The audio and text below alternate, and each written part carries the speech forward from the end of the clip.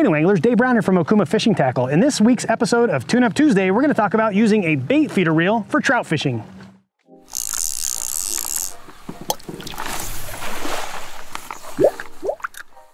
So trout fishing is popular all over the country, from Southern California all the way up through Maine. Whether you do it with something like a power bait or a fly, trout fishing is everywhere. What I want to talk about is actually fishing with a bait feeder reel. Not a lot of people do this, but it's a very effective technique that you should really take a look at.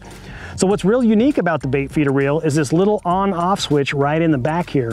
What that does, when you click it on, that line pulls out completely freely until you pop it right back into gear.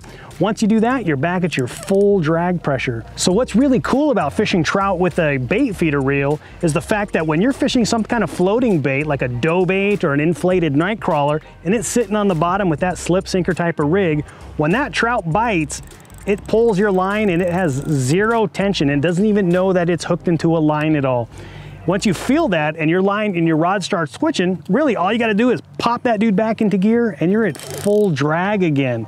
A lot of trout fishermen will set it up against a tackle box, they'll set their rod against the chair, they'll hang a bobber down. You don't need to do that with the bait feeder. You make your cast, you set it out there. All you got to do is open up that bait feeder function, let that trout take the line, pop it right back into gear, and you're fishing.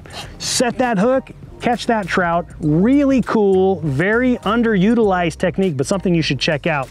That happens to the Avenger bait feeder. There's an Avenger, there's a Ceymar, there's quite a few different bait feeders in the Okuma family. Check them out at okumafishingusa.com.